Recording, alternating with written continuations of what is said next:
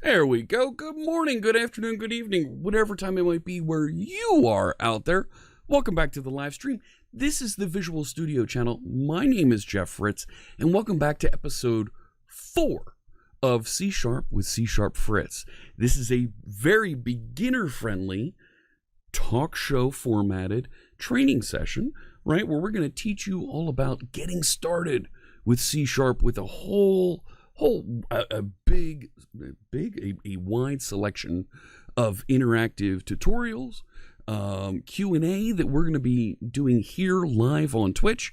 And if you're watching the recording, sorry you missed it, but we're going to cover all the questions that folks have throughout the stream, and you're going to see links to them in the description below, along with links to our interactive notebooks and to our GitHub repository for this show. We want to make sure that everybody has access to all the material, and you can follow up, and I will answer all kinds of questions, not just here live, but also in the comments below if you're watching the recording.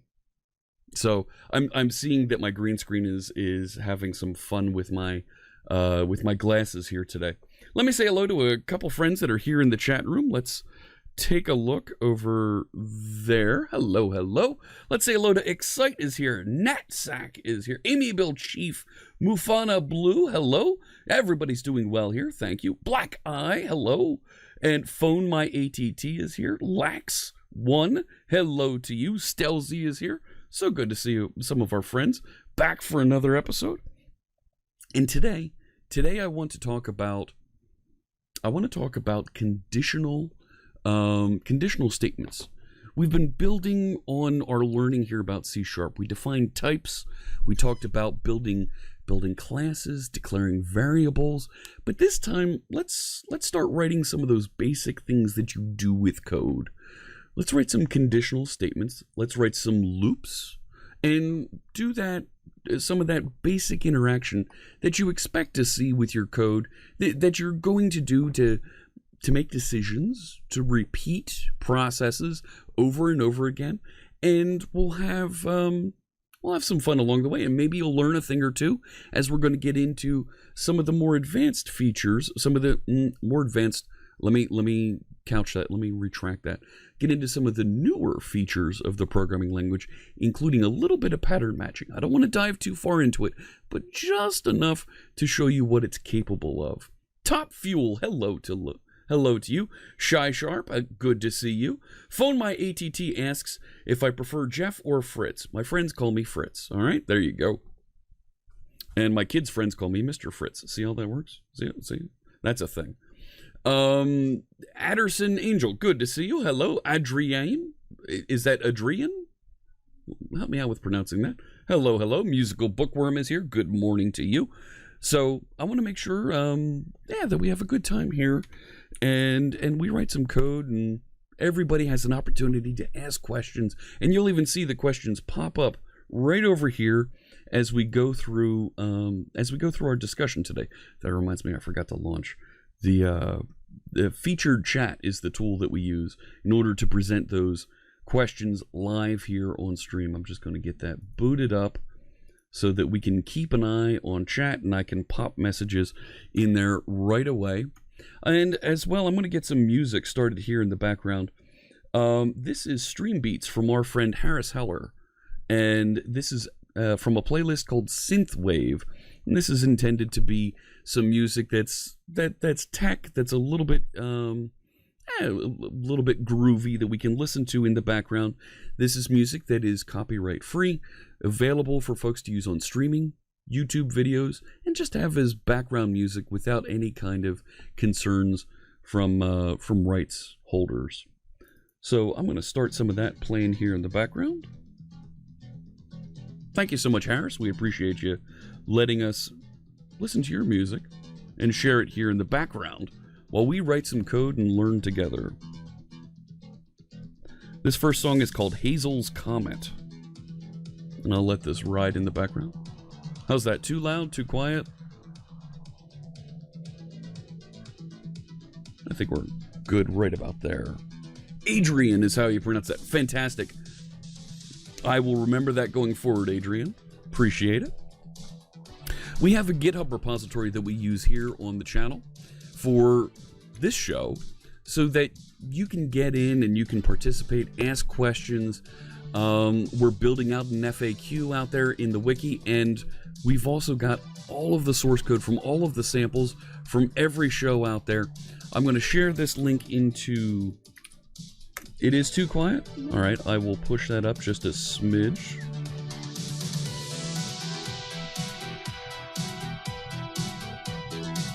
Let me know. Yep, the idea... There we go. So, I just shared the link to the GitHub repository there in chat. If you're watching the recording, like I said, click the description just below. There's a link in there out to the GitHub repository. Let me head over there, and we'll take a look.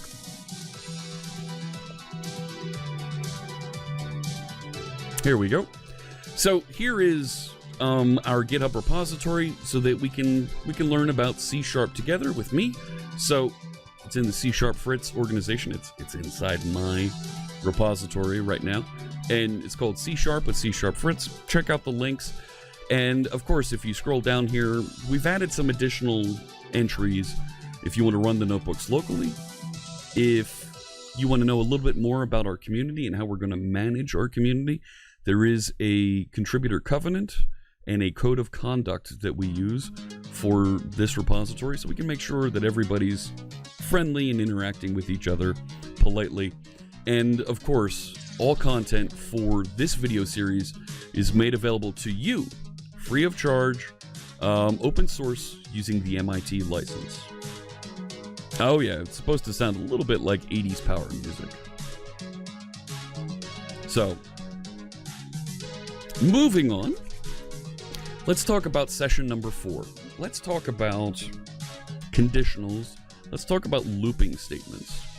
So, when you're writing code, right, and you want to do your interactions where you're going to be, you need to make a decision, right? At some point, you're going to want to make a decision in your code. Do I go left? Do I go right? Which way? How do I evaluate? What are the steps? The next steps that we take. Those are the things that we're going to be covering to start here, and then we'll get into some looping statements.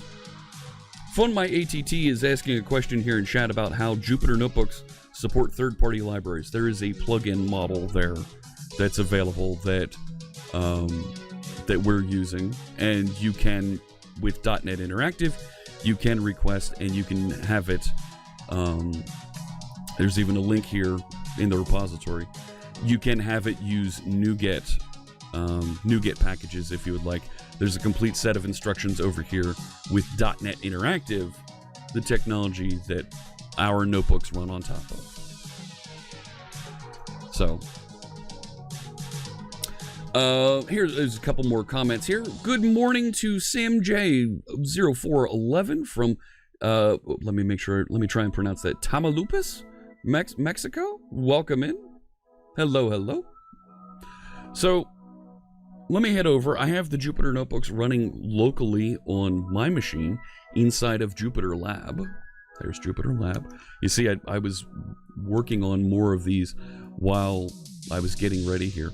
And I'm going to have it rerun all the samples, rerun everything. Yeah, I know. And let's start talking about the different statements, the different things that we're going to cover today. Why do you keep jumping down there? I'm up here. All right. So, we want to make decisions. We want to make loops. We want to repeat some code that we may have written. So, we're going to be talking about these 5 statements that you see in a number of other languages, right? For, while, do, if, switch, or else, right? How do we use these statements to control our code, to repeat code, and get that interaction that we want, so that we're appropriately evaluating code, we're appropriately making decisions to code to run, code not to run, code to rerun. And I want to start with conditionals, right? What are those conditions? What are those test scenarios that we want to evaluate and decide, go do this thing, or evaluate and go do that thing? Now, there's samples that you can execute here in the notebooks. You're welcome to click through from the GitHub repository. There is a binder website here that you can click to get started, and I've got it all queued up, so it should load and run very, very quickly here because of our new notebook images that we have available. This should run much quicker. And of course, you're going to make me look like a liar here, Binder. Thanks. So give that a shot and you'll be able to follow along. Let's start with the if statement.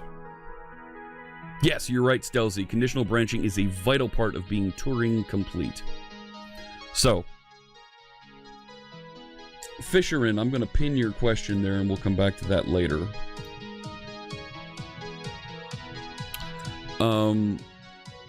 If statements, plain and simple. You're going to structure an if statement with some sort of a test clause inside of parentheses.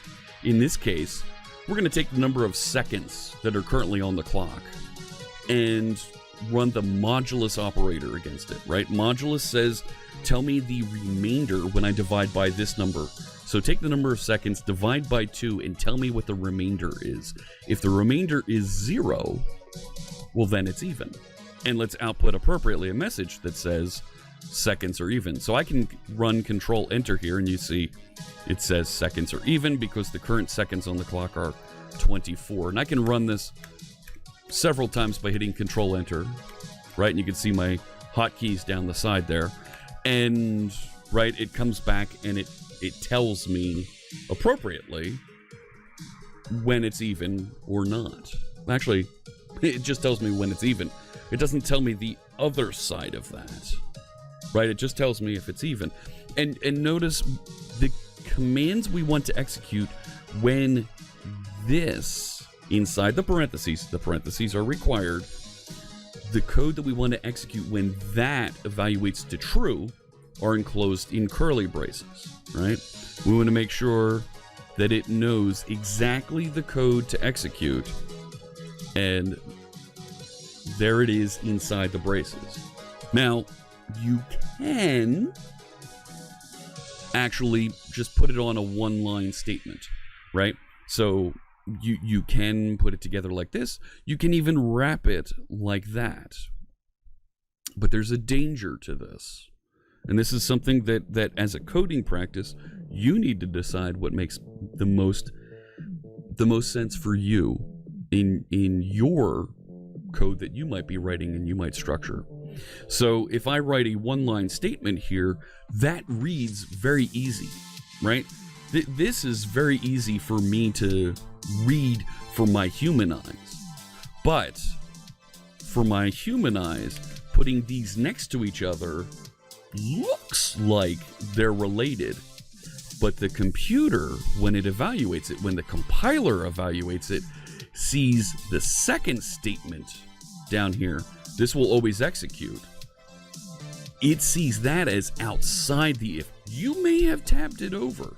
You may have made it look like it's part of that if, but it only executes the following statement up to the semicolon.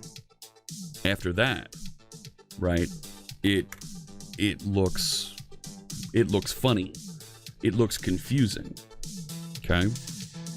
So these things wrapping like that in my practice, in the way that I write code, I don't like to use that. I prefer to use curly braces like this when I'm going to, even if I'm going to have one statement as the result of my if that's going to be executed. I want to make sure that it's crystal clear to the humans that come after me that need to read my code exactly what code is going to be executed.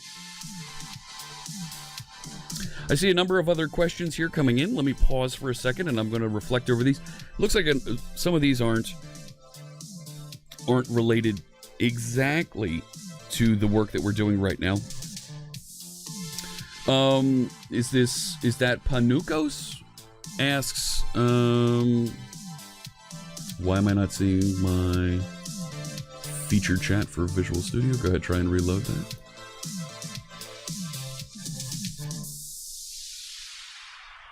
Let's try it one more time.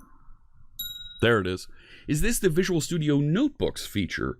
So, you can use Visual Studio Code notebooks to open Jupyter Notebooks. This is not explicitly that feature.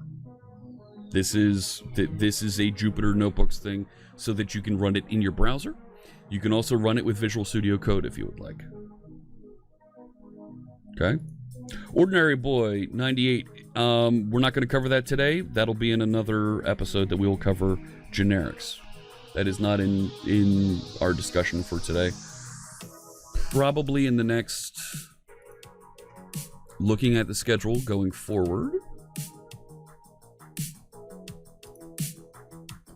I'm thinking we're going to talk about generics way out here, probably about a month out. We'll talk about generics in another session way out there. Okay. Fisherin asks, after learning the basics, how do we learn to implement real-life applications? .NET gives you lots of abstractions to handle, and I get lost.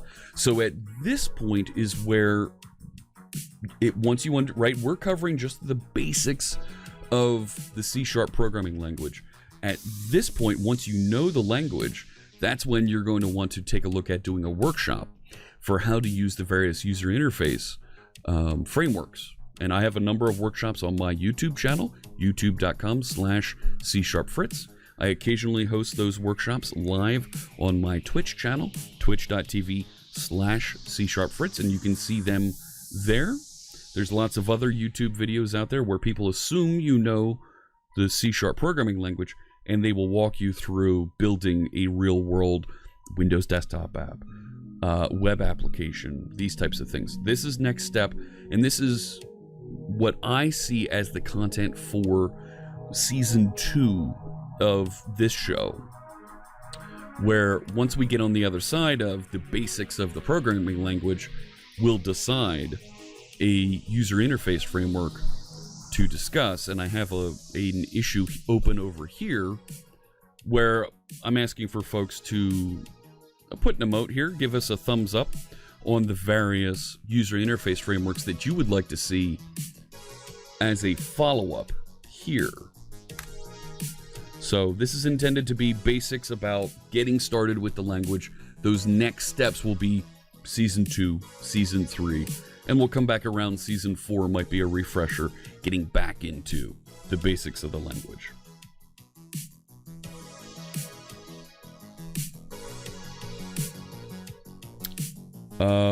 Good morning, Eggsy.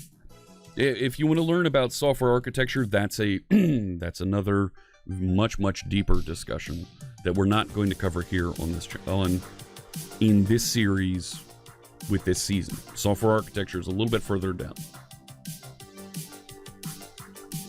a little bit further advanced for this topic. But I definitely appreciate the interest in the discussion. All right. So I hope what you see with this sample, right? And please, you can tinker with this. You can move things around. Try changing up the text. Right. Separating this out makes it look a little bit better that this is going to be executed separately. It helps showing that. If I really have something simple that I can do on one line, I will, in my code style, I will put the if in that one statement on one line. If it's really something simple. Otherwise, I do prefer using curly braces. In fact, I even like to put a little bit of space in between these so that it's really obvious and I have some room. I call it room to breathe around my statements, like I do up here in this section. Right, when you have a little bit of room to breathe around there, now it's a little bit easier to see what's going on, and I can add comments around those statements without having to create a whole bunch of extra space, right? it looks like you're cramped for space when you put comments in here. Do this thing when when seconds are even, right? That's like jammed, and my human eyes that need to read this, right? It's jumbled together, and it gets a little bit trickier to read versus giving it a little bit of breathing room there, and it's a little bit clearer for me to read. And this is right. We have this option because spacing in C# is ignored, right? You can put as much space as you'd like between statements, between parts of statements. I can put all kinds of space around my parentheses here, and it still works. So these are things around code styles that you're going to see, you're going to experience as you write code with C# that'll help guide and help make it easier for you to write accurate code that does what you want it to.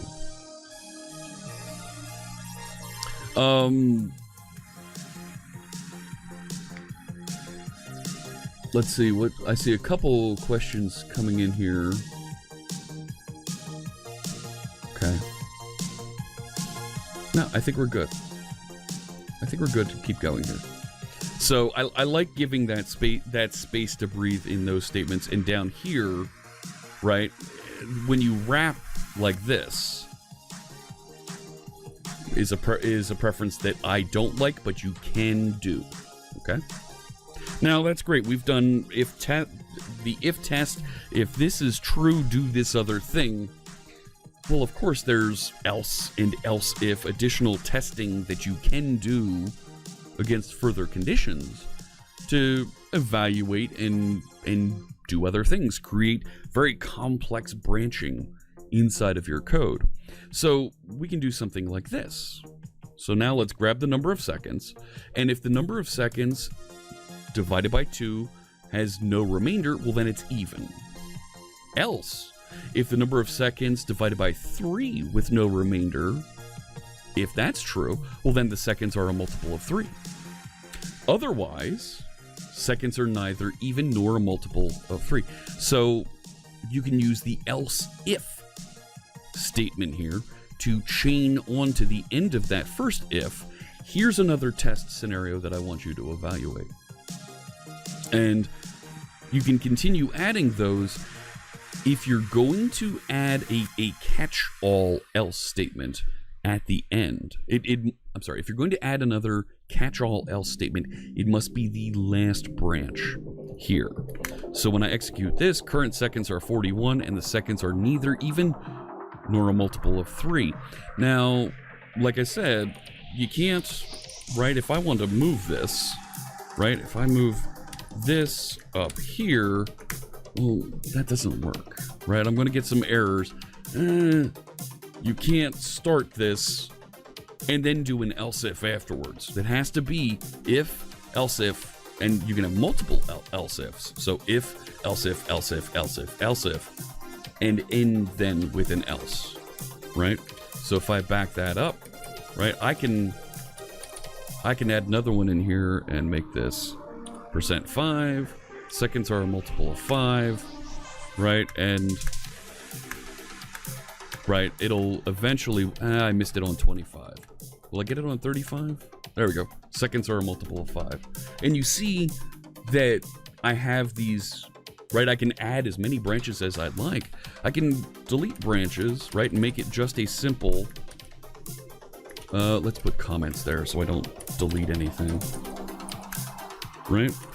I can comment that out, and now seconds are even, and I would want to change that statement to seconds are odd, right? Because it's an odd number. So a lot of flexibility with how you structure these, and you see that's common in other programming languages, and very easy to perceive, and once again, for our human eyes, easy to go through. Because these are single lines, I believe we can make these, right, single line statements. I believe you can do this.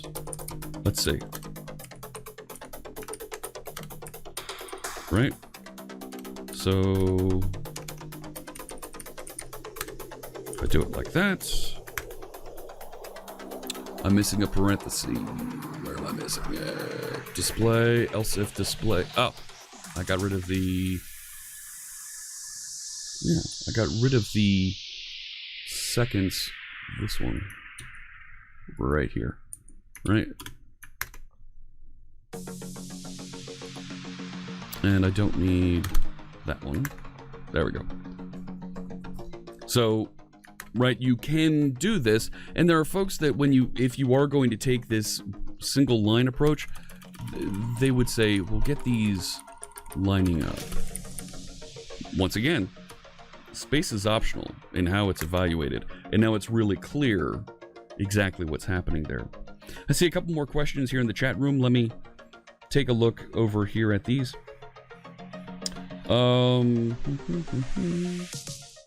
Couple of good questions. Let me start with this one from Ordinary Boy 98. Can you get some extension for C# style editing in Visual Studio? Yes. So very common in a number of text editors, code editors, is the ability to use the editor config file, right? You can have an editor config file that contains definitions for, well, I'd like to use tabs versus spaces, and here's how wide I'd like my tab or my space indent to be. There's also entries that can be added to that editor config for how you'd like your C# code to be formatted. If you're using Visual Studio 2019, it will automatically, if you'd like, it will automatically generate an editor config file for you based on the style of code that you already have been writing, and that editor config will apply to all of the code in that folder that it lives in and any child folders. So that's something that you can use to do this. I think there's more about editor config and C#. I think there's more about it. Let's see. Here we go. .NET coding convention settings, yeah. Language conventions. So you see these start with .NET, right? .NET style this, and different things that you can configure for this. Let me add this link into chat, and I'll make sure I add that link to the YouTube description. It should be linked just below with the answer to Ordinary Boy 98's question. Thank you so much for the question. Appreciate it. As a follow-up, as another question here. So where I've done these if, else ifs, and I have one line. I'm just displaying the result of something here. Is that Yukan Yavir? Is that how you pronounce that? When in a method, is it better to use if else or if return sentences? I think what you're describing is what we're going to get into next, but sometimes you'll see inside of a method return a value from immediately inside of an if statement, right? If this was inside of a class, so let me copy that and just paste another one here. And if this was a class, my time display, I don't know. Right? So here's a class, and we're going to define a method here. Public void display seconds, right? Or no, string, let's call this seconds message. Calculate message. Sure. So let me indent these things. Is it going to indent everything? It did. Good. So the question that you're asking, and it's a good one, is, so here's my method, and var display equals new, right? I called it my time display. Sure. So if I said display dot calculate message, right, and execute that. Well, nothing returns a value here.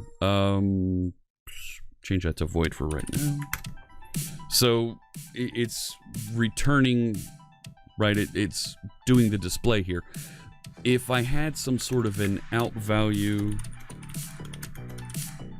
right, instead of saying display this, if I said out value, well, no, do the display on that one, right? It's kind of a logger there, but if I said out value equals that, right, then I can do this just to update.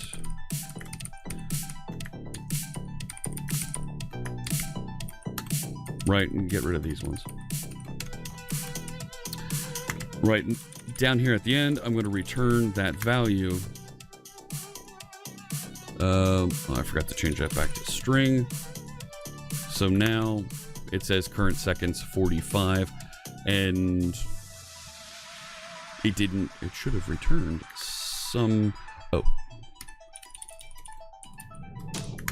There it is. So, right, I have it displaying, so the question being asked is, well, why go through the rest of this? Just, right, don't set that value, just say return.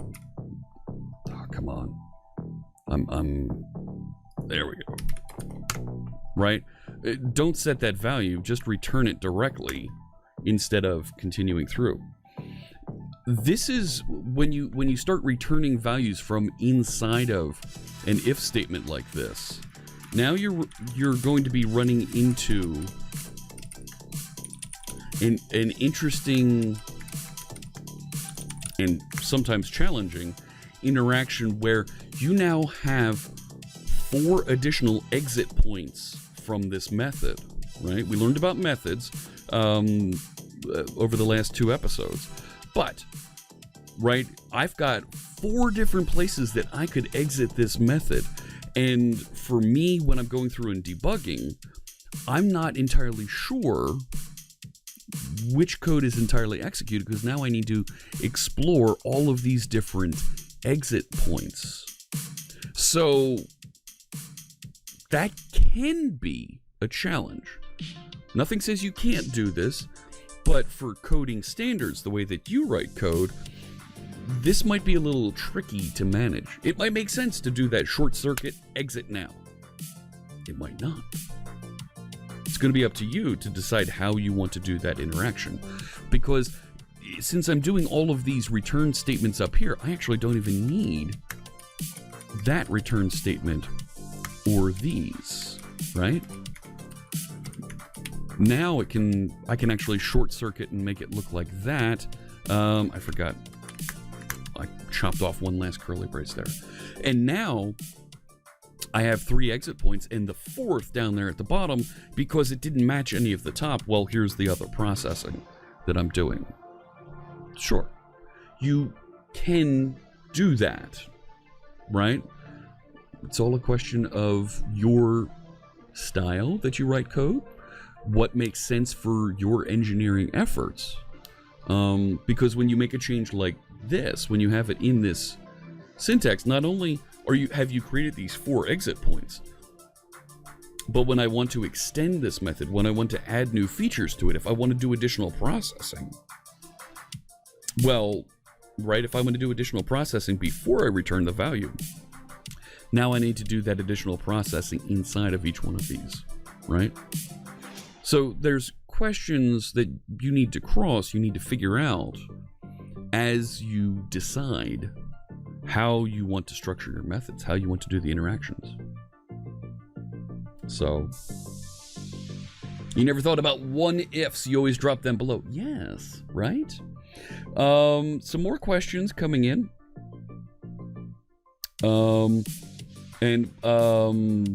Sorry, this is not a Python stream today. You can... There's a number of other folks that will be talking about Python later today. Not on this channel, but elsewhere. But, sorry about that. That's not something that we're going to be talking about on this channel. Trevisano asks about, what about switch statements? Spoiler alert! Coming up next. Stay tuned.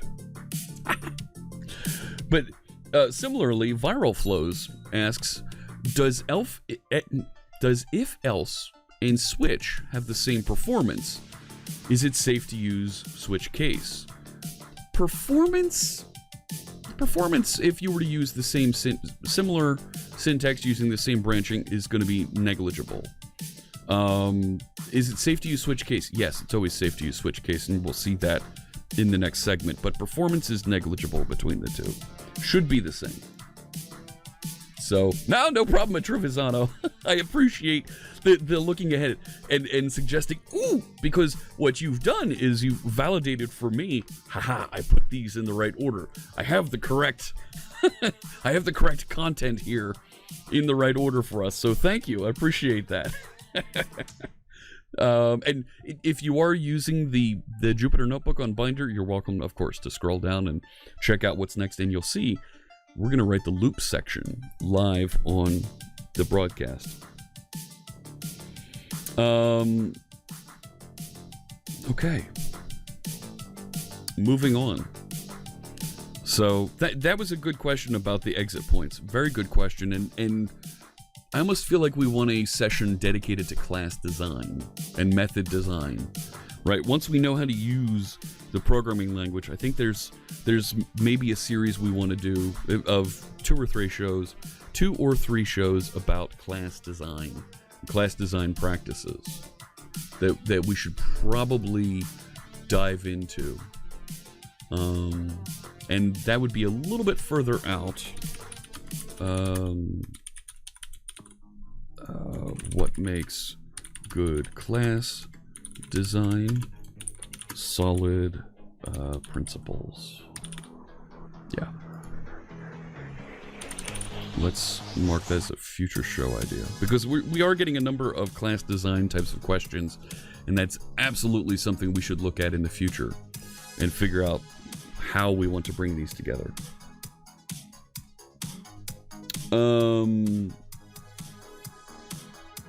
I'm going to pin that question in Trevisano as we get into switch statements.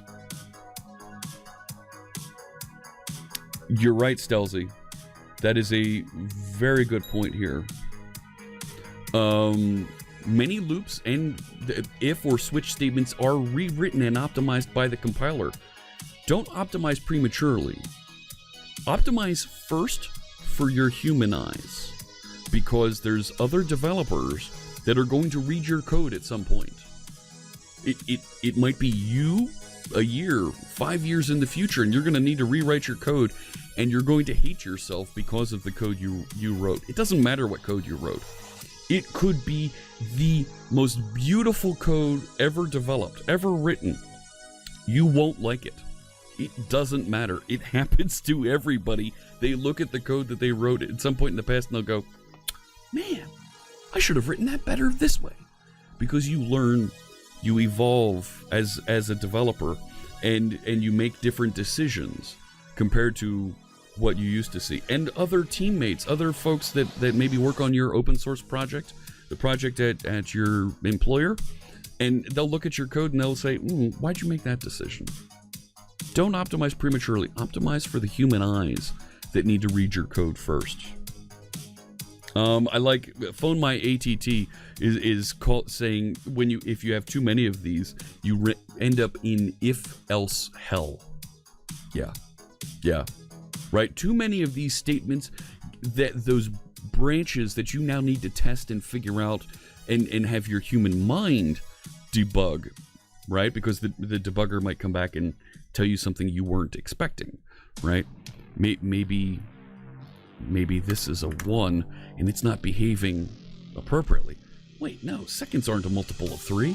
Well, now I need to go back through and debug it, and now I'm looking through and it can get a little confusing. So these are some good tips, some good feedback from the chat room about how to more cleanly structure your code around some of this.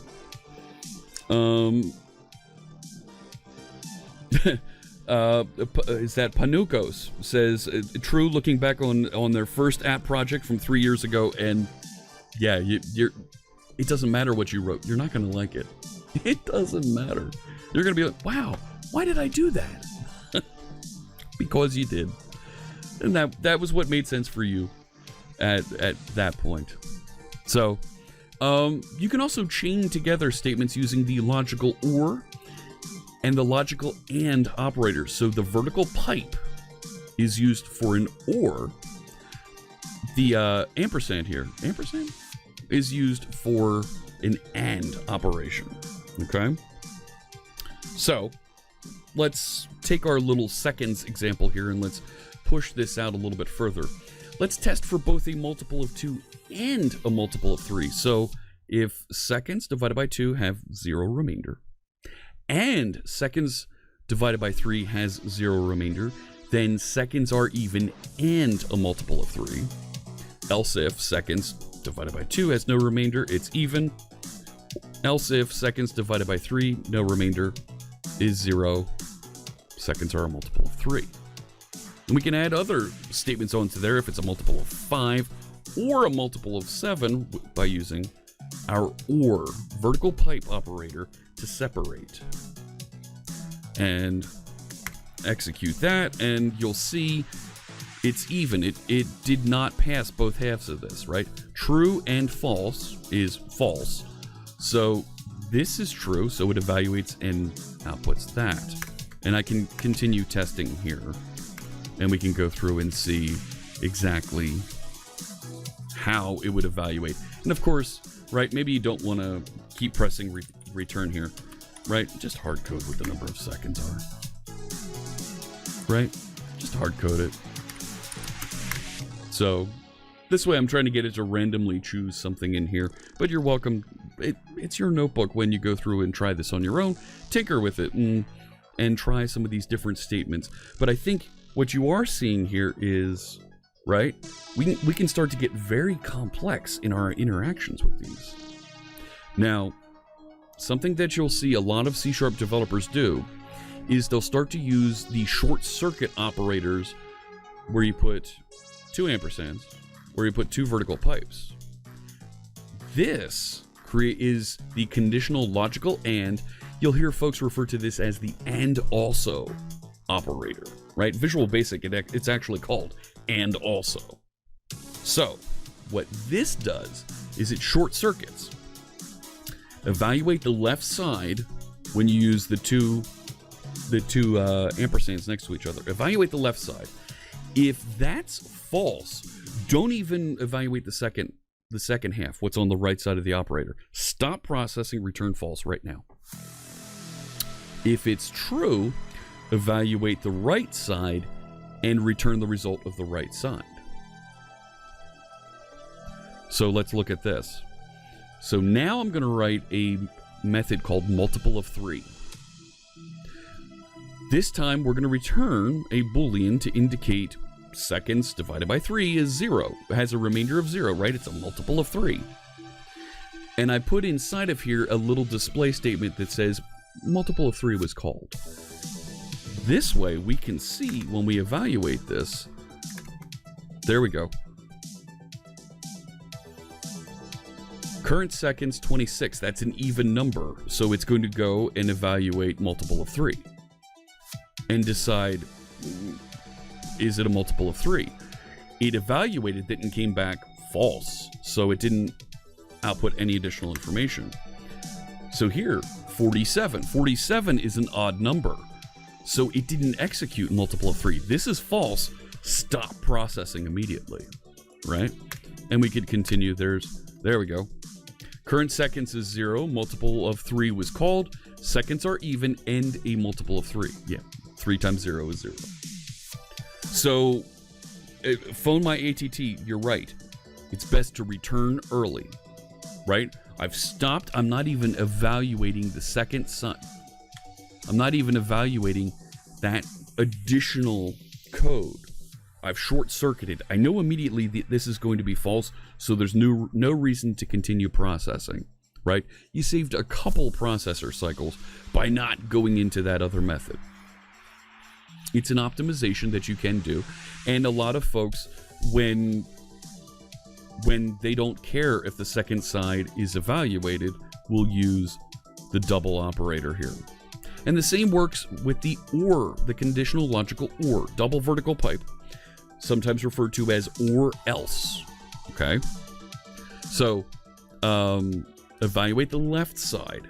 If it's true, return true, stop processing. We don't need to figure out if the other side is true. Return true, stop processing immediately. Otherwise, return the result of the evaluating the right side of the operator. So here's a couple examples of how you can use that. I did the same thing here with multiple of 3. So seconds %2, if it's even or it's a multiple of 3, seconds are even or a multiple of 3. And it's not even, right, if it is even, it's not even going to calculate multiple of 3. It's just going to return, well, it's even or a multiple of 3. But if it's odd, right, let's get to odd. There we go. It tested for multiple of 3 and then returned seconds are even. So we're only executing that second side if the left side is false. So this way, right, we short circuit. We only execute when we need to. I see a couple of comments here. Let me take a look at what's over here. There are 1 or 2 other logical operators that are out there. Exclusive OR is out there that you can use. It's a little bit further along for some folks, but I have a link to the conditional operators here in the documentation. You can go check that out if you need to learn a little bit more about how to use that.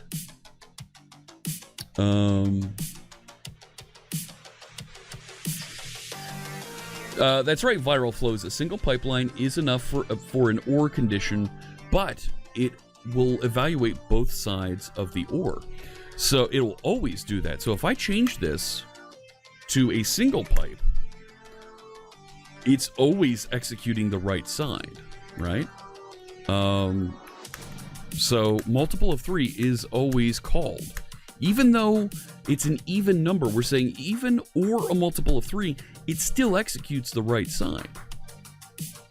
So this is where if you want to short circuit, you can by using that double pipe. And if let's once again force this, right? If I force this to 6, it doesn't execute multiple of 3. But it does every time when I have just 1 pipe there. Okay? So, it's up to you. Does it make sense in your code to always execute the right side in your statements? I don't know. But you have that option, that choice available to you. That's right, Tusharm. There's instructions on how to do that in our GitHub repository to run C# with Jupyter. And you can click through and run our Jupyter notebooks with the binder link inside there. There's a couple other questions here in the chat room. Let me answer these. I still have a Trevisano's comment there, question pinned there, about switch statements, but I will come back to that. This behavior is very good for null checks. Stelzy, that's very good.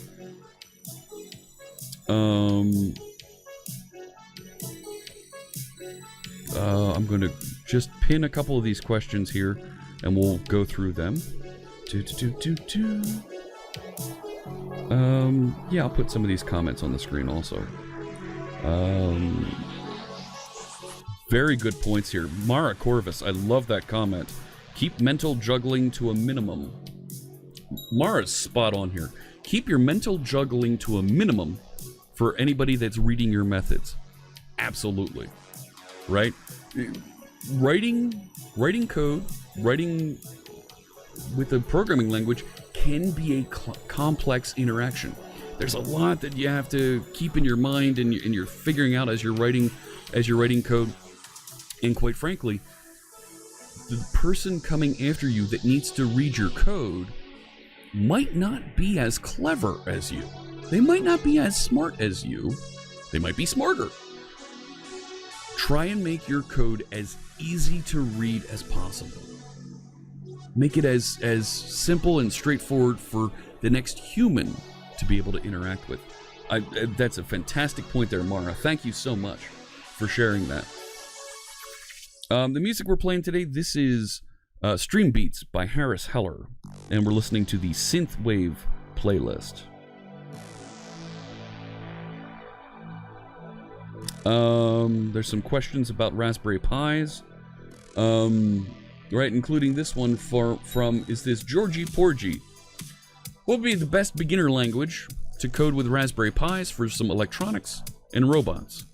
So, this is a very loaded question, because you can use any programming language to work with a Raspberry Pi, electronics, and robots. There are folks that will tell you JavaScript is the only programming language that you should be using with Raspberry Pi. Others will say Python. I believe C#, because C# is a very flexible and robust language that works everywhere and does everything, where you can't do that with those other programming languages. So as a beginner language that you can go forward and do anything with, that's why I like C#, because I can build desktop applications. I can write little code samples like this in a Jupyter notebook. I can build things for a Raspberry Pi. I can write interactions that run in a cloud with serverless computing. I can build mobile applications. I can build web applications. The world's your oyster if you choose C# and you want to use that. There's native frameworks that you can use for all of those things using C#. Not so much with Python and JavaScript. There are tools out there to do a number of those things, but there aren't as robust frameworks for some of those interactions. So it's a very depends type of question. But that's why I like C# for it, and that's why I wanted to teach this series here on stream.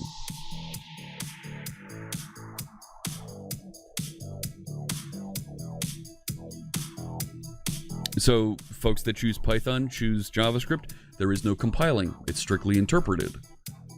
That could be a good thing. That could be a bad thing, right? This code is being compiled. There is a compiler that's verifying it before I have the opportunity to run it. And that's one of the interactions that you get by choosing a statically typed, object-oriented language that has a very strong compiler that runs with it. Also means you get a very robust set of tools that you can use as well. Comment here from Left-Handed Schmo. The and also conditional and operator, let me scroll up to that, up here, is really helpful if the statement on the right relies on particular results or values for the left side and either doesn't apply or will fail if the conditional on the left isn't what you're looking for. Yes, right? So if we did something here, right? If seconds does not equal null, and seconds, where is it? %2 equals 1, right? Display seconds are odd, right? I can do that there, and right, I need to make sure seconds are not null before you go and start interacting with it. Now, seconds, this is a value type, it's never going to be null.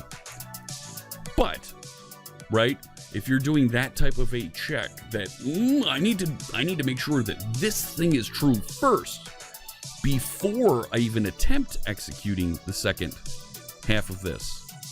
Yes, you're spot on there, left-handed schmo. I can't believe I'm addressing left-handed schmo. Left-handed schmo is right. This provides almost a guard statement on ensuring that you don't even try to execute the right-hand side when it might create an error scenario. Very cool. Mara, spoilers! Ternaries are coming up next.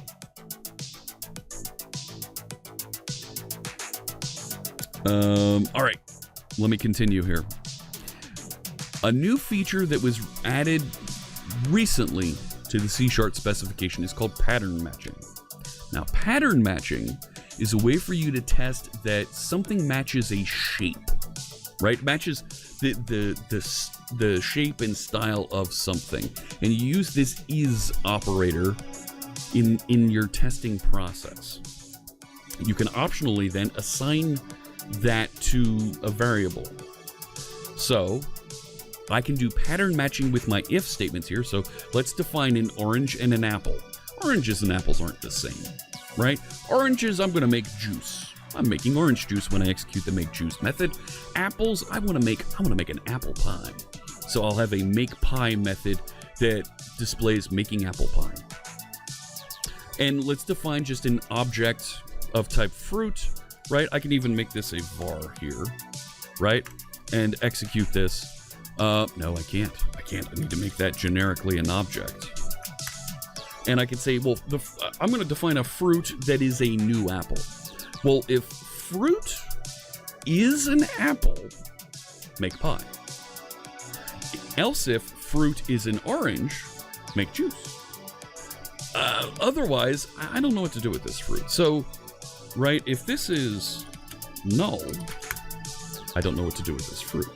Right, I'm doing this is test to match the pattern of what is that thing that we're working with, and we're is testing, and that's very simple pattern matching. There's a lot more that you can do with pattern matching that gets into some other features of the C# programming language that we haven't covered yet, and I will have a further pattern matching session at some point in the future as we cross things like collections and some of the other things around in object inheritance and object hierarchy in the future.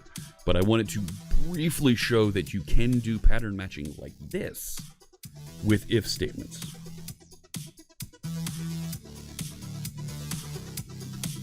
All right, I like the joke there from Stelzy. Sure, we'll put that up on. Let's put that up on screen. Clearly, apples are cell phones, and Orange is a cell phone provider. Uh-huh. He's true. He's right. Yeah, that's a thing. So, so these are ways that you can interact and further test inside your if statements. So, continuing, this is where Mara was interested in going, and she's spot on here. Next is, well, what if we want to have expressions that we conditionally execute? We conditionally assign or set the result of that expression using the same if then or if then else syntax. And that's where the ternary conditional operator question mark colon comes into play. So this is used in this syntax. You have some condition on the left side of the question mark. Test this thing. Is this thing true? If it is true, yes is the result of the expression. If it's false, no is the result of the expression. So we can use this now to assign to a variable. We can use this in an if statement, which is weird. And we can chain these together. So let's take a look. I'm going to use that same seconds example, right? Let's get the current second. Test if the seconds are a multiple of 2. Let me put a space in there. So now, var result equals seconds %2 equals 0, right? There's that same test that we were doing up here inside of our if, right? If seconds %2. But we've now turned it into an expression that we're assigning to a variable here, right? Let's put a little bit of space in here.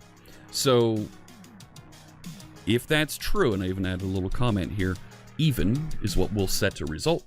If false, we'll put the value odd, right? And even, odd, right? I can keep executing this with Control Enter, and you see it pivots back and forth, right? let's display the current seconds are, and we'll just add seconds. There it is. Right, 54, that's even, right? And you see how it very cleanly does this ternary conditional operator, right? And that's kind of clear when you have just one statement there. And because each one of these are themselves expressions, we can start to chain these together. So now, let me do the same display here. Let me bring that in. Right? Now, it gets a little bit nutty, because I can say results %2 equals 0. Well, if that's true, then seconds %3 equals 0. If that's true also, even and a multiple of 3. If this is not true, well, then it's even and not a multiple of 3. Otherwise, this one, see, now I've got multiple question marks and multiple commas, and it gets a little weird.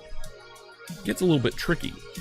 You can use parentheses to add some grouping, to set some priority for how these operations are being executed.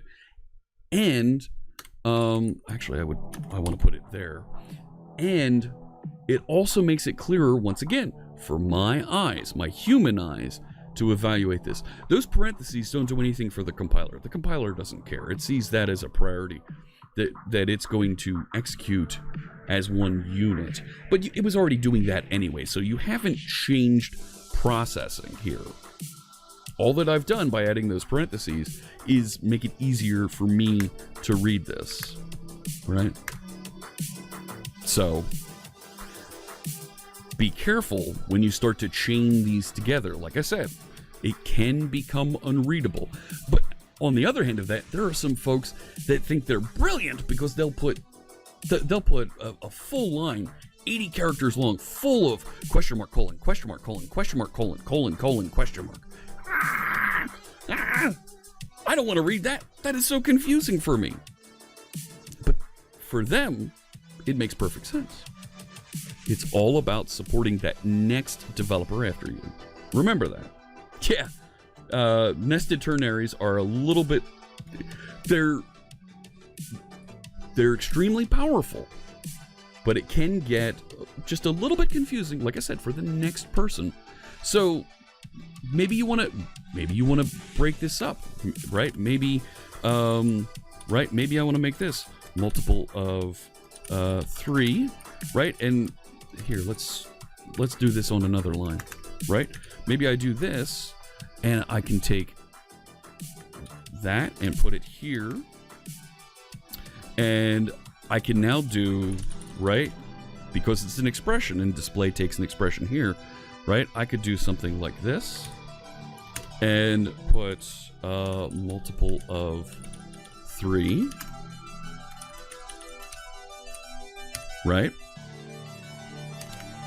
Now, it is executing this statement every time.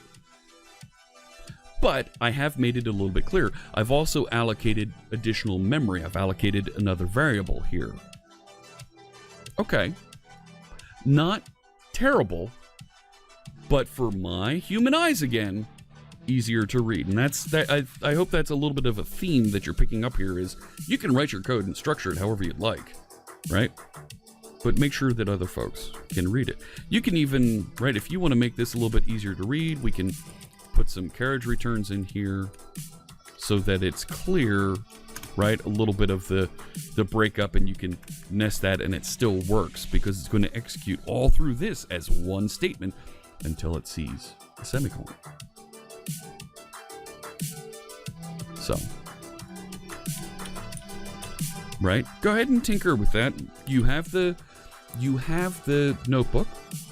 Go ahead and play with it and see what makes sense for you.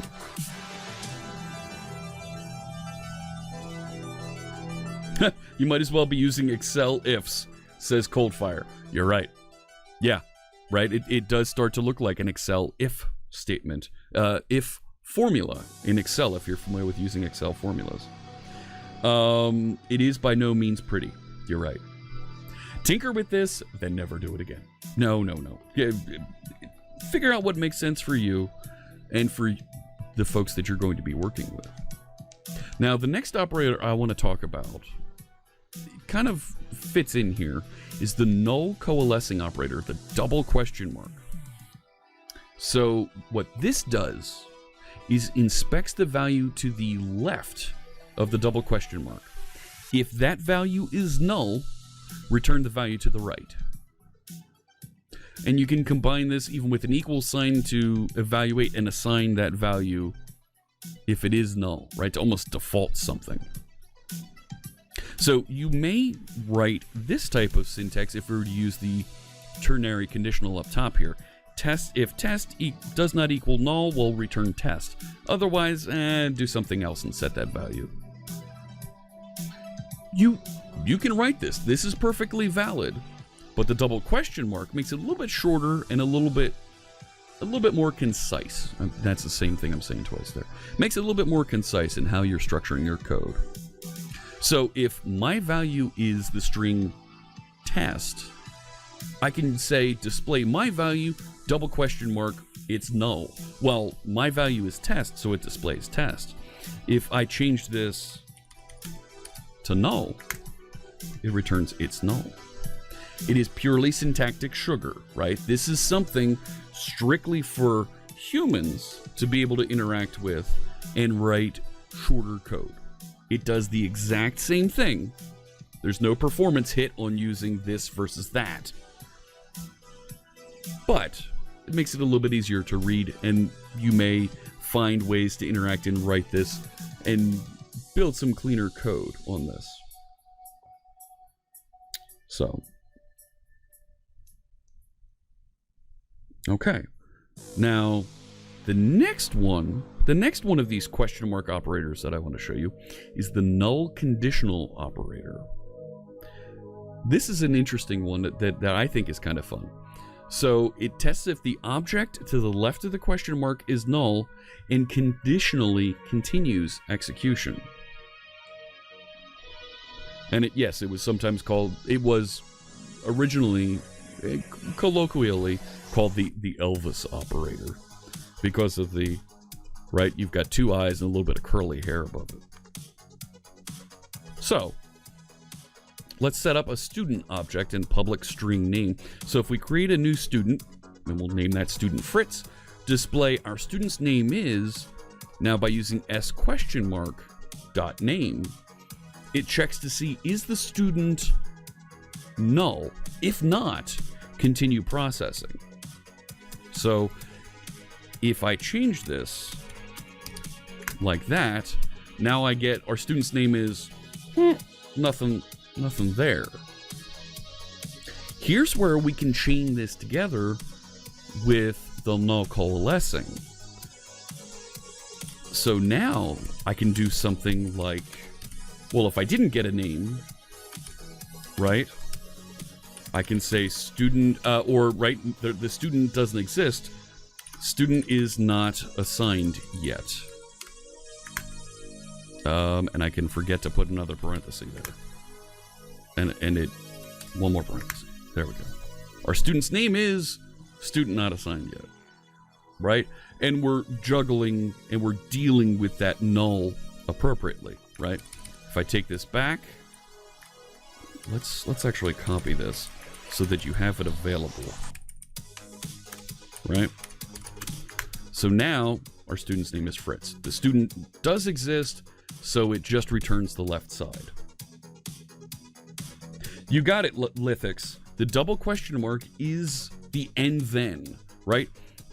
The up here, is this null? Yes, and then do this. Is this object null? No. Return the name. If this is null, the whole expression is null. And then return this. Let me add that as a comment block here, right? Let's go over here, right? If S is null, return null, right? And I should actually Let's put that as another line here inside this block. And this one I won't include the conditional. Right? If S is null, return null.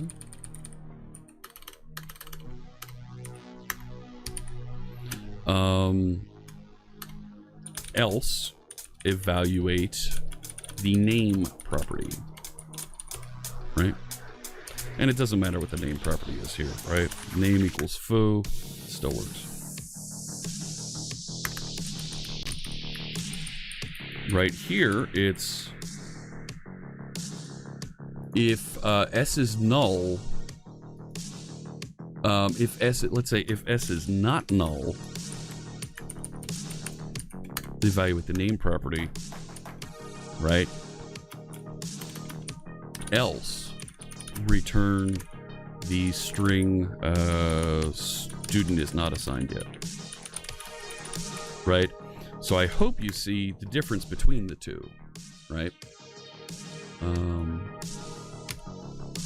I can do this,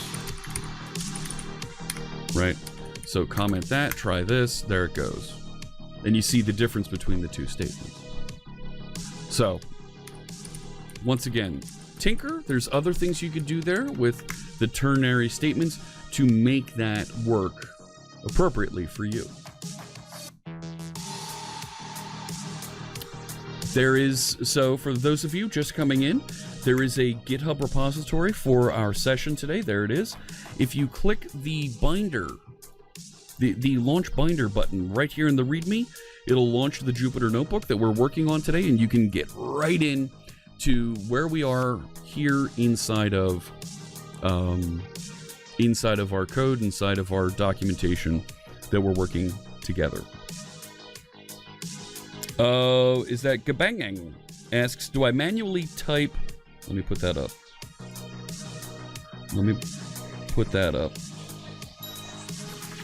Do you manually type the // or am I using Control //? I'm typing //. Is that a shortcut? Control // is that a shortcut here to comment in Jupyter Notebooks? No. Inside some of the editors, some of the code editors, you'll see there's shortcut keys to automatically comment lines. I'm just typing the // to get that to work. Thank you for the question. Much appreciate. Just taking a look around here. Good. So, the next piece that we want to talk about here, and I'm going to come back to a Trevisano's question from earlier about switch statements, but we're going to talk about switch statements. This is the next conditional thing that you could do. Now, switch statements allow you to evaluate a single statement and determine a branch to traverse in your code. You're evaluating one statement, and based on the result of that statement, you have an expression, whatever that evaluates to, go do something else about it. So instead of saying if, else if, you can do switch case and go through some expressions at that point. Nah, Control K, Control C, don't think it works. Nah, it doesn't, because Control K pops me into my search box. So let's do this. Let's take a look at days of the week. Okay? So if we have the days of the week, datetime.now.day of week. And if we switch, right here, we're going to switch on the expression day of the week. What day of the week is it? Well, if it's Monday, we're going to display this message. Tuesday, Wednesday, blah, blah, blah, blah, blah. It's going to display all of these messages.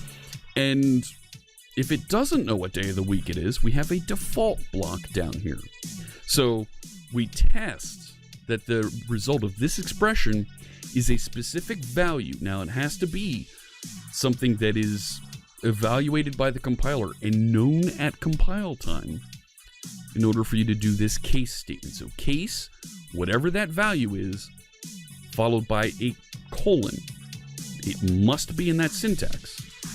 Then, whatever statements you have after that, and you can have multiple statements here, all of those will be executed and will stop at the break. So, if I execute this code, does somebody have a case of the Mondays? Because, of course, today is Monday when we're broadcasting. You're welcome to change this if you want to tinker and see what happens when you choose a different day. Now, that's kind of cool. But we can also, let me do the fall through. So we can also fall through from one statement to the next. So if I want to have Saturday and Sunday kind of grouped together here, right? I can bring these down here. If I eliminate the break between them, it will fall through from one statement to the next. So if I change this to Saturday, now it goes and executes and checks the day of the week. It matches this case statement, falls through because there's no break until down here, and executes that display. I'll get the same result if I choose Sunday as well. So you can kind of pivot your various case statements here and have them work together if there are multiple scenarios that you want it to do one thing. Getting there, phone my ATT. Spoiler alert! So there are ways, right? There are ways that folks will use switch statements to simplify their if, else if types of statements, because this becomes very clear. I'm only executing and testing on one value, day of the week, and here are the various branches that I'm going through. You can add additional context. Maybe you want to do an additional test on each one of these case statements, and we can introduce a when clause. So check this out.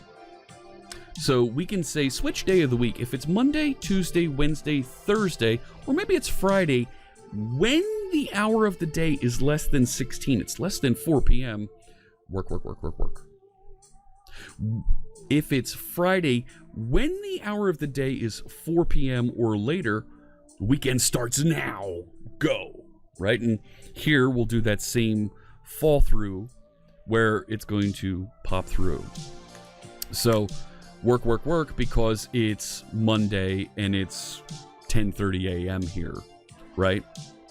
But we can also, tinker with changing it to Friday and 5 p.m. and now you don't like it. No, there we go. The weekend starts now because day of week is Friday. It matches this part, but it fails the when clause, right? Matches this part and does pass the when clause, so it decides to execute this. So you have options for how you can extend this in the future if you have additional case statements that you want to drop in and insert them here. These are evaluated top to bottom. So, right, and it should match one and only one of these statements. Okay? So for Monday hour 17, it doesn't return anything. That's right.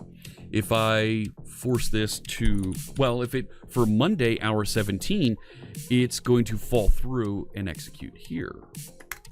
Work. Because it matches this case statement and falls through, right? Because it doesn't have any break statement. It continues executing until it hits a break statement. And so there's another thing. I didn't add a default statement. You can use default statements like I did over here as a catch-all. Didn't match any of the cases, so it's this thing instead. Right? So, different options that you can use to control flow inside of this. Now, I'm going to come back to Trevisano's comment here. Professional rule of thumb, if you need more than 3 if statements, use a switch. That's not a bad point. That's not bad. That's for a code style, I can get behind this. There are cases where it might make sense that you need more complexity in your if, but more than 3, if, else if, yeah. start looking at using a switch case statement, because it'll make it very clear how you're executing, how you're interacting, and how you're returning data. So, very cool interaction. Now, you can use these also with pattern matching. I'm not going to get into the specifics of that with Switch, because there are some more complex things that you get into that we'll cover at a later time. But you can do this. You're welcome to do the research and see.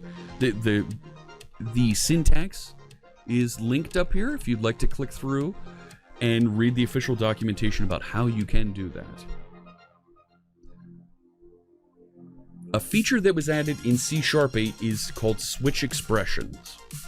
And this doesn't work in Jupyter notebooks. I tried my darndest to get this to work, and it doesn't work. So I'm going to, with respect, pass on showing this running here. But this is the syntax that you would use. Instead of having a switch statement that returns and maybe sets a value to a variable in a switch statement, you can instead say, well, var this variable equals, take this expression and switch on it. When it matches this value, here's my expression that I'm going to execute. You get much tighter code here. It looks, right, very clean in here's how I'm writing these things. It feels very functional in structure. But there are some object-oriented diehard people, myself I'll include among them, that look at this, and this is syntactic sugar for folks, right? You don't have to use this. You can still execute with a switch statement, but looking at this, it's a little bit confusing for folks because they're missing default and break statements that you would use here.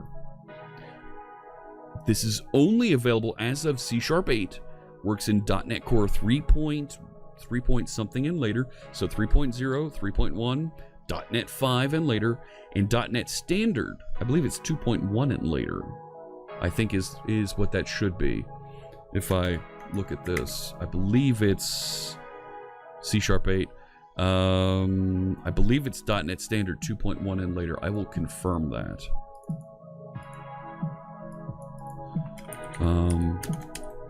Need to confirm. I will confirm that and update the notebook appropriately with that documentation. Yes, you can have a default. You can have a default by using the underscore, it's called a discard, right? Default statement, right? You can do this. It's not the word default, so it looks a little confusing, right? We're getting a little bit more machine focused and terse, very concise in the code that we're writing.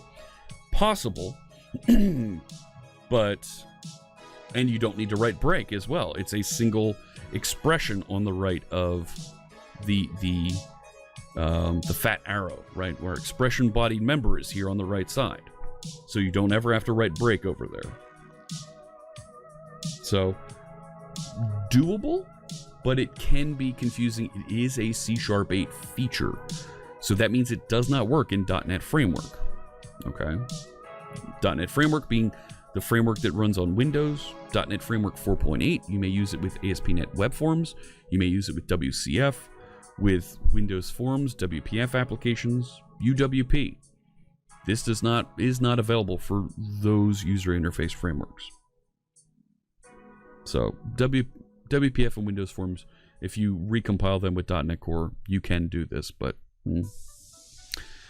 now I wasn't sure if we'd get into it, but we're here, we made it. Let's talk about looping now. C# is not moving towards functional programming, but it's taking functional programming capabilities. So, there's a question about omitting the word break. You can't use the word break here. The word break is for these switch expressions is not used because it's just a statement over here that ends with a comma. And these are the various expressions that it's going to evaluate. So you're never using the word break in this syntax. When you write with a switch expression, a switch statement, you must use the term break. If you don't include the term break here, it errors out. Okay? And it's always the last break you need, right? I can certainly put a break here. Now, why because it already started some execution in here. Once you start execution, you need a break. If you stack the cases like this, you don't need a break statement. Yeah, the default section at the end, you do need a break statement. So, how would you write multi-line? Let me put that question up from Viral Flows. How would you write multi-line code in switch expressions? So, use some curly braces here, just like you would and when you use these immediate interactions, right? Right. Display, this is Monday. Right, and then you're returning.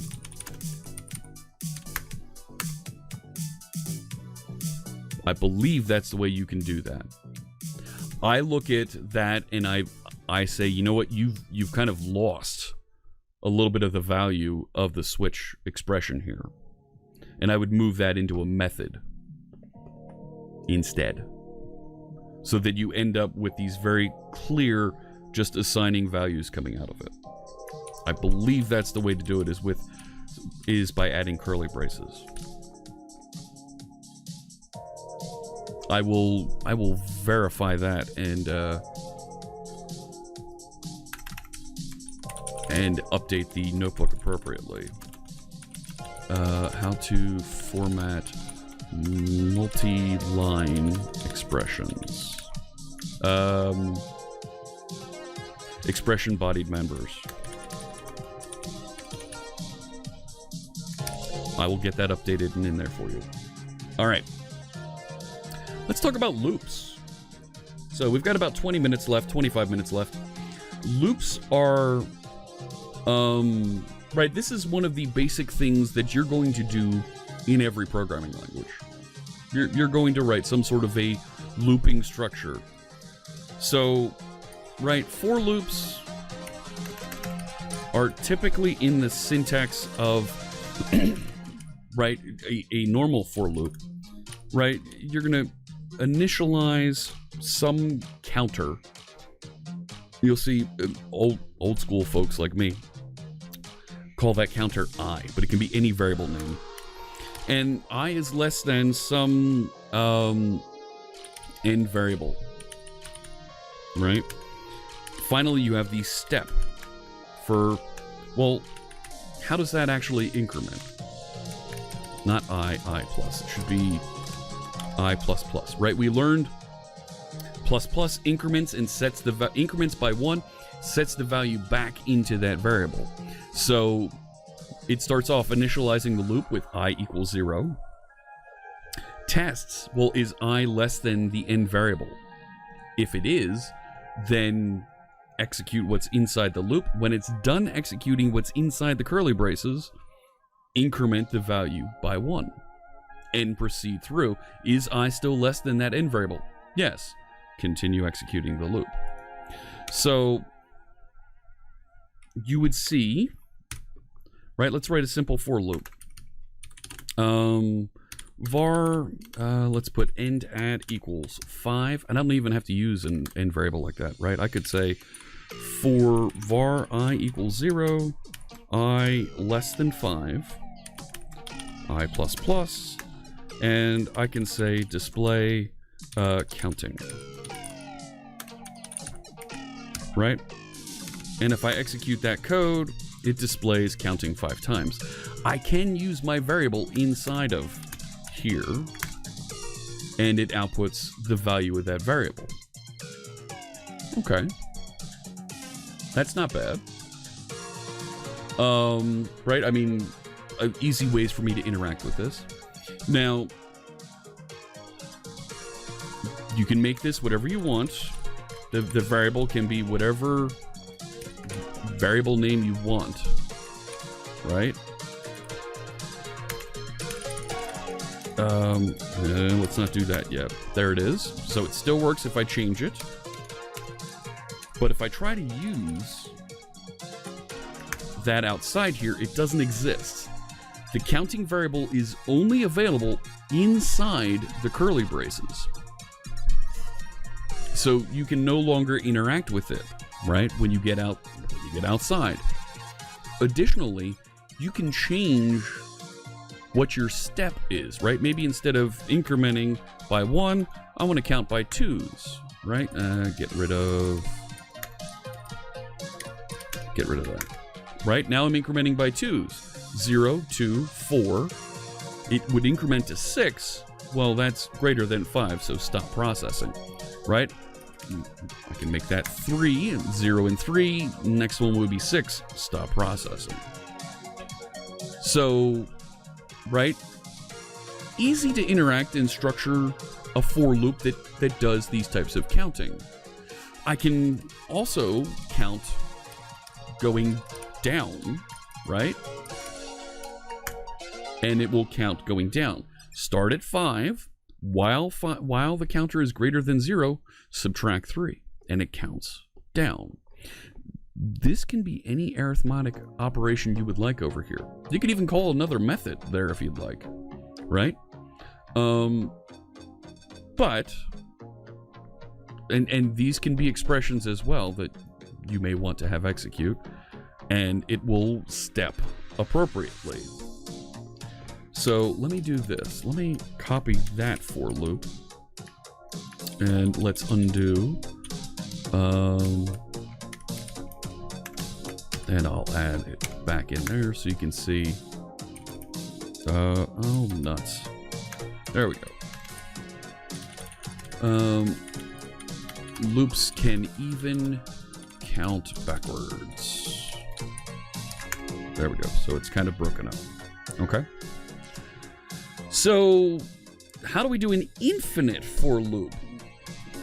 Is what Phone My ATT is asking. How do we do an infinite for loop? Well, maybe, right?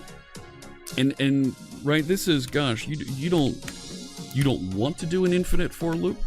Let me make sure I save this first, right? What about infinite for loops? So, right, I mean, if I did this, right, and I want to run that as long as the counter, right, maybe counter starts at 1 and continue running it while counter is greater than 0. That's an infinite loop. It's always going to run. Counter starts at 1, right? I'm going to continue running this while the counter is greater than 0. So it's going to continue running. Stop, Jupiter. Stop. So that's a problem. Don't do that.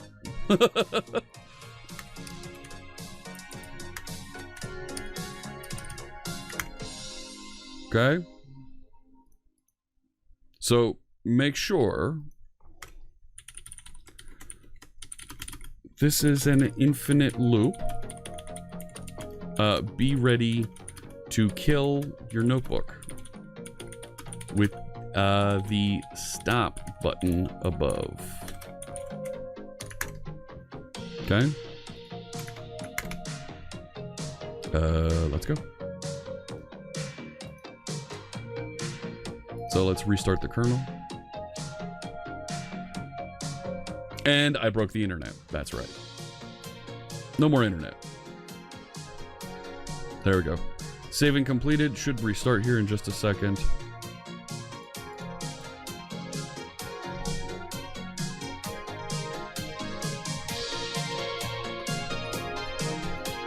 And we should see that display statement pop out down here. There we go.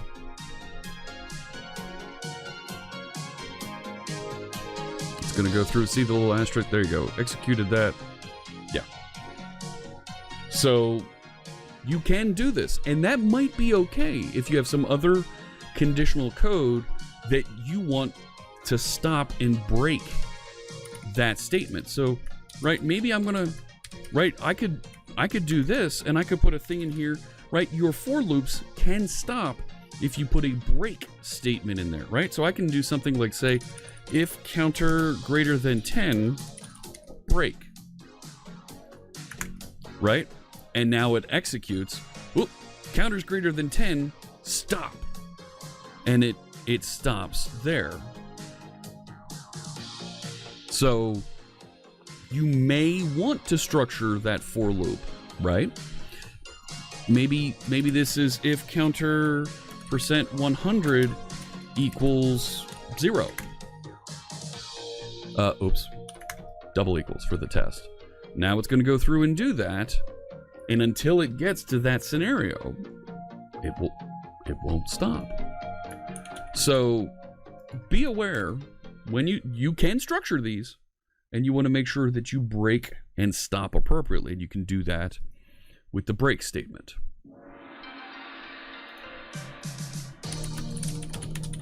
No, let's do this. Let's do this. Put a break there. Mark down. And break statement in for loops. I'll write a little documentation to go with that. I see a couple of questions, a couple of comments.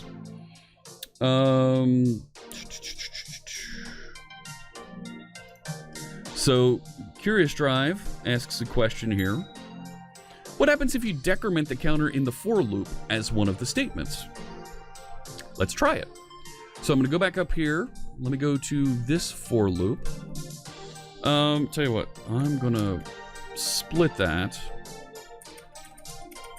Let me grab this and delete that. And let's turn this. Yeah, that's already marked, right? That's marked down. There we go. Okay. So if we're up here in this statement and we go to modify, right? If we say counter minus equals 1, right? Decrement, right? And we try and execute that. It works. You can do that. And bad things happen, right? It never reaches 5, right? Oh no! So rule of thumb generally is don't tinker with the counter, changing and assigning values for the counter inside of the for loop. That's a problem. That's going to create a problem. Now, Phone My ATT asks kind of an interesting question here. We did counter plus plus. Well, what about plus plus counter? So from our first episode together, this is restarting here, and it's going to re-execute. You see the little star here. It's still executing, parsing, reloading the .NET, and running here. Come on. If I...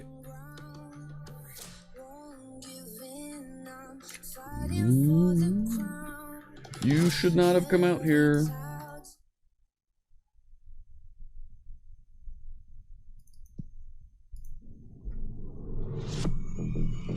There we go. I didn't want to jump over there. There we go. So here in the first episode together that we had, we talked about, I believe plus plus is in here, isn't it? Looking. You know what? I didn't do plus plus in here. Oh no. I need to add that.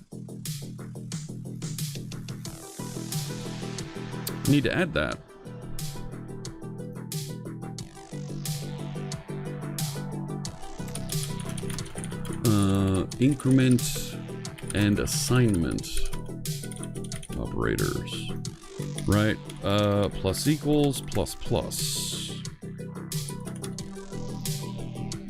Need to cover that at some point. Either that or I'll go back and add it in. So there is a difference between using counter plus plus or plus plus counter.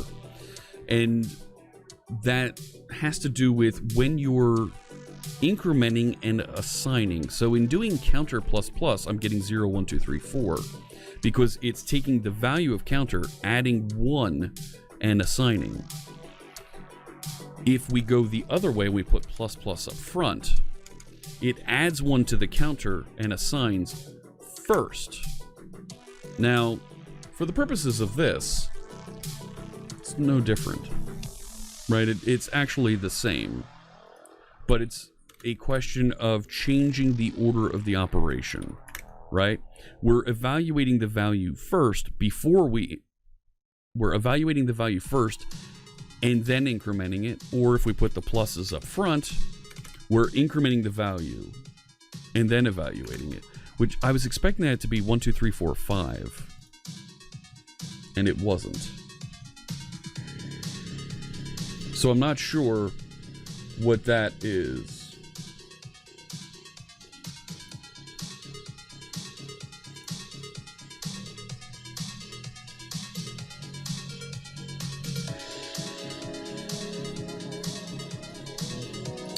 Yeah, I was expecting 1, 2, 3, 4 there.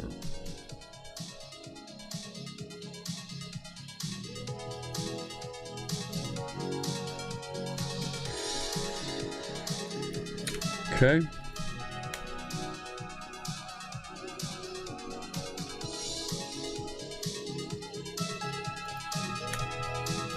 Do the same thing on the display call and remove the increment from the 4. Well, if I do it there, yeah, see, I need to, right now it's, yeah, that looks weird, because I'm concatenating on the value, and it's incrementing inside of here. If I turn it around and go the other way, now it's 0, 1, 2, 3, 4. So you see the difference. I like to keep that up here. It's optional, but I like to keep it up top with it.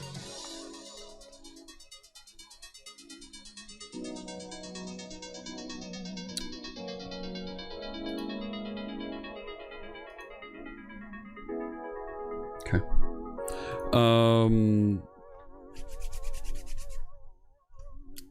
Moving on. So we did break statements. Next thing that I want to show you is for each, and then we'll get into while and do loops. All right.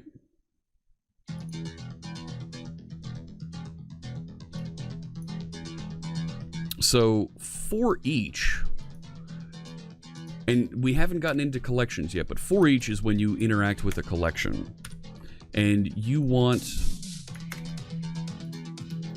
to go over each item in that collection and do something with it. Now, a collection can be an array, it could be a dictionary, it can be a list. There's a bunch of different collection types. We're going to talk about collections in another stream, but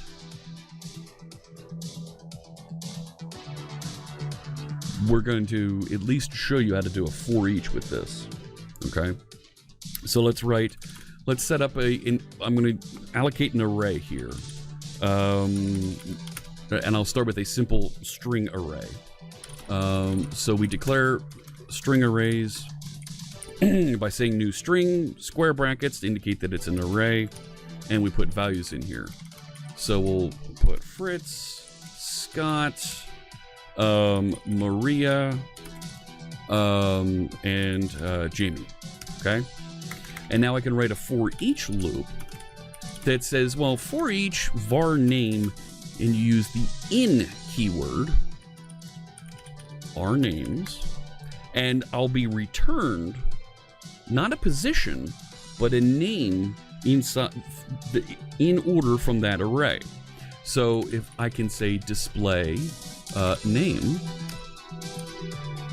and it will iterate over and display for each name in that array. Here's the names. When I go and add another name in here, it just continues executing. And I haven't changed my for loop. It's still going over all the items in that collection, handing off, here's the object I found for you to interact with. No, I spelled... Sure, we'll put Mara in here. Sure. And there's Mara, right? So, Maria's another member on my team. So I used Maria. There you go. So, right, for each is very useful, because you'll see in a lot of .NET code, you're working with a collection of objects, collection of records from a database, collection of inputs on a user interface, and you can interact with that collection without having to go and calculate, well, how many items are in this collection? Let me get a pointer, right? Let me go get, because I can do the exact same thing as this for each, right? Right, I can write a very similar for loop, right? For var, let's call it name counter equals 0. Name counter is less than our names dot length, right? That's the length. How many entries are in the array?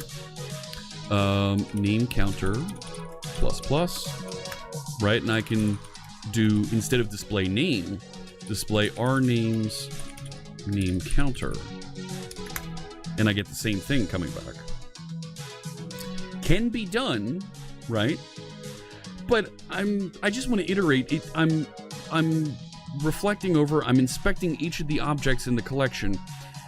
This for syntax is a little bit more clunky, where it's a little bit more elegant to do the for each, because it declares immediately that intent of, I'm looking at each of the items in this collection and working with those.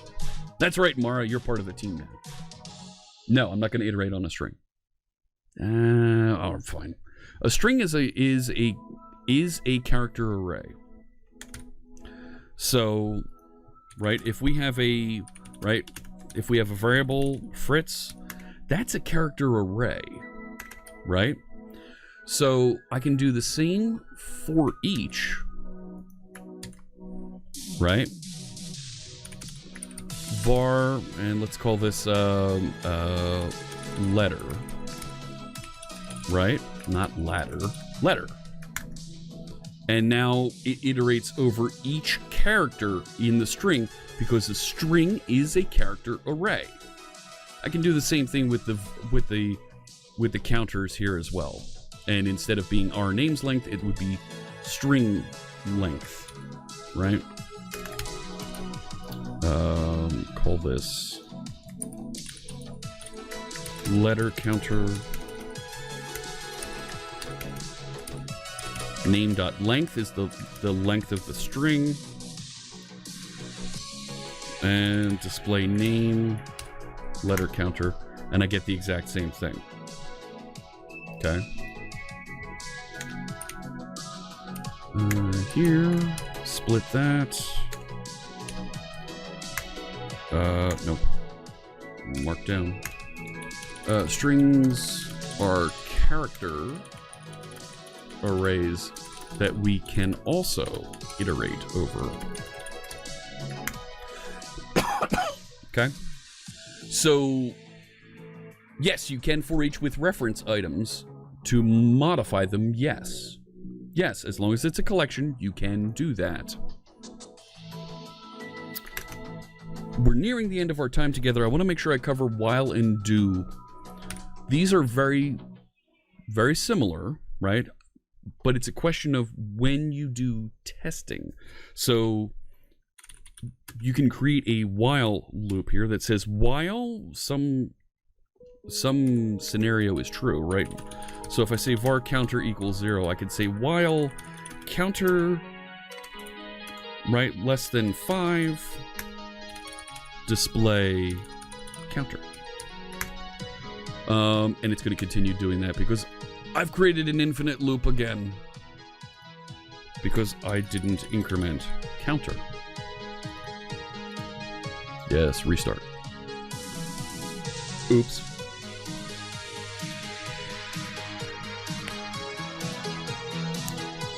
And this is going to restart. Can I do a for each across reference? Can I show a loop across some reference types? Sure. It's still re-executing here. There we go. So if I go here, right? If I already have person allocated up here, don't I? Student. Okay.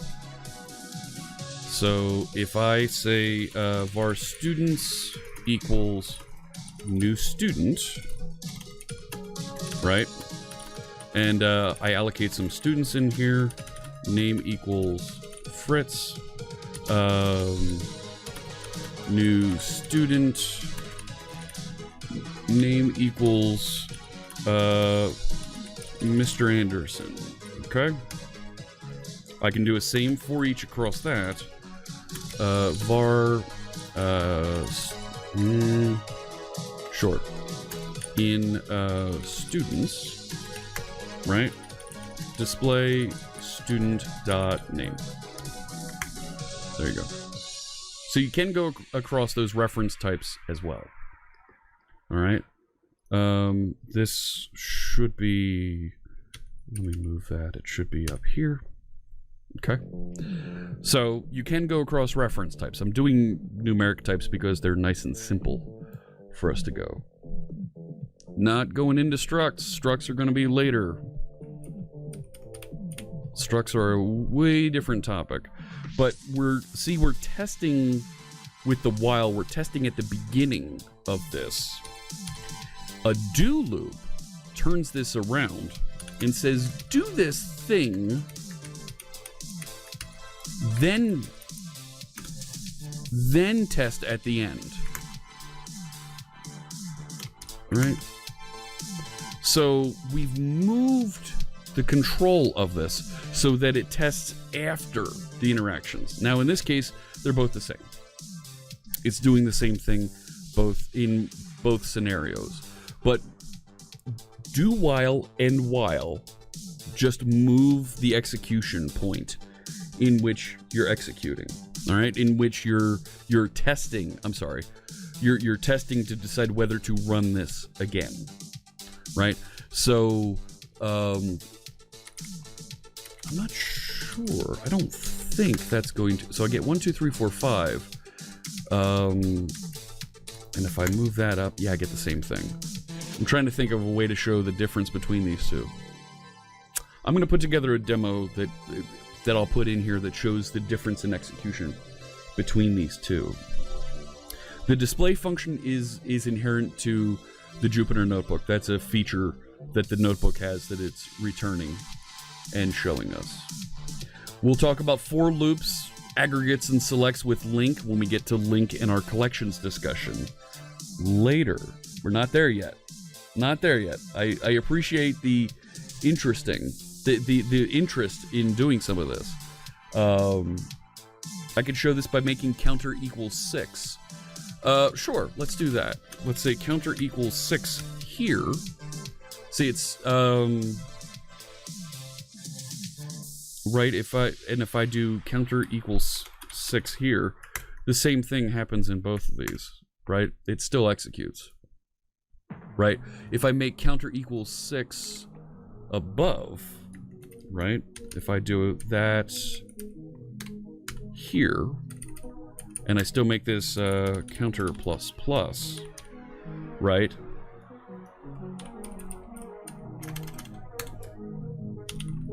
Right? This one doesn't execute at all. This one does execute. Yeah, thank you, Wimpster, for the suggestion there. So the while runs the test first, then decides to execute what's in here and will continue executing, do will execute this and then test and decide whether to continue running that loop. Good tip. Thank you for that. Let me save this. I'm going to commit these changes. I'm going to push this back in, and we'll update the Jupyter notebook that's out here inside of our code repository. Let me share that GitHub link one more time, because that's the end of our 2 hours together, friends. Thank you very much for tuning in. Let's head back over to the display. So we covered a lot. We talked about conditionals, if statements, switch expressions, and we saw how these all fit together, how they all work together to make all of these things that we want to decide, different ways that we want to go in our code, how we want them to behave. We looked at for loops, while loops, and do loops, so we can control when and how we proceed through and interact with our code. That's a very cool thing. You know, how do we want to iterate? How do we want to repeat things? How do we want our code to process? It's very important that we know these things as we continue to build C# code. Thank you so much, everybody, for joining me. This was a fun session together. We had a couple of really good questions that I was happy to answer. And I look forward to seeing you next time.